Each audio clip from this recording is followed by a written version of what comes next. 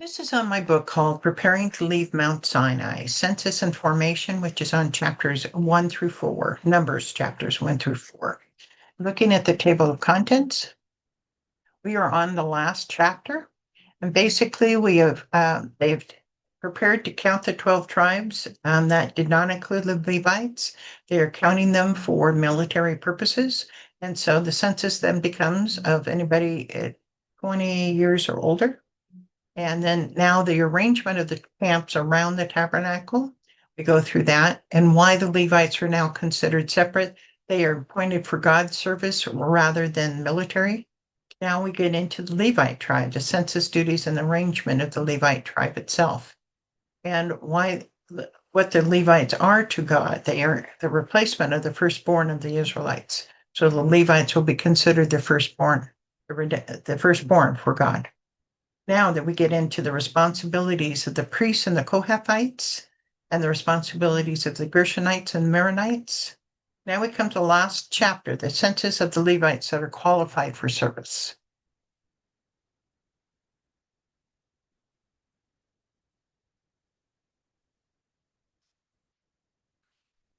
Numbers 4:34, 49. Numbers 4:34. Moses, Aaron, and the leaders of the community counted the Kohathites by their clans and families. All the men from 30 to 50 years of age who came to serve in the work at the tent of meeting, counted by clans, were 2,750. This was the total of all those in the Kohathite clans who served at the tent of meeting. Moses and Aaron counted them according to the Lord's command through Moses. Okay. Who counted the Kohathites? Moses, Aaron, and the leaders of the community. The leaders of the community would have been the ones indicated in Numbers 5 through 15, as they were designated to help Moses with the censuses. Why they were not listed when all the censuses were taken is unknown. Perhaps it was implied. Again, what was this a census of? This was a census of all male Levites between the ages of 30 and 50. How many men available for service were there in the Kohath clan? 2,750. How many male Kohath are there 1 month old or older? There were 8,600 Kohathites 1 month old or older. Therefore, subtracting 3 from 4, how many Kohathites are not available for service, either because they were too old or too young? There were 5,850 male Kohathites that were either too old or too young to serve. Interesting in the fact that there's either a lot of new ones or a lot of them too old. There were not that many born of the right age. It's very interesting. 6, since Moses, Aaron, and Aaron's sons were also Kohathites, would they be excluded from the count as well? Yes, because they were considered priests and not part of that clan. That's my opinion anyway. Numbers 4:38. The Gershonites were counted by their clans and families. All the men from 30 to 50 years of age who came to serve in the work at the tent of meeting, counted by their clans and families, were 2,630. This was the total of those in the Gershonite clans who served at the tent of meeting. Moses and Aaron counted them according to the Lord's command. So who counted the Gershonites? Their clans and families. Notice that it is the Gershonite clan and families that counted the Gershonite men, not the leaders of the congregation.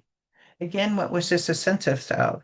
All male Gershonites between the ages of 30 and 50 who come to serve the work at the tent of meeting. How many men available for service were there in the Gershonite clan? There were 2,630 Gershonite men available to work at the tent of meeting.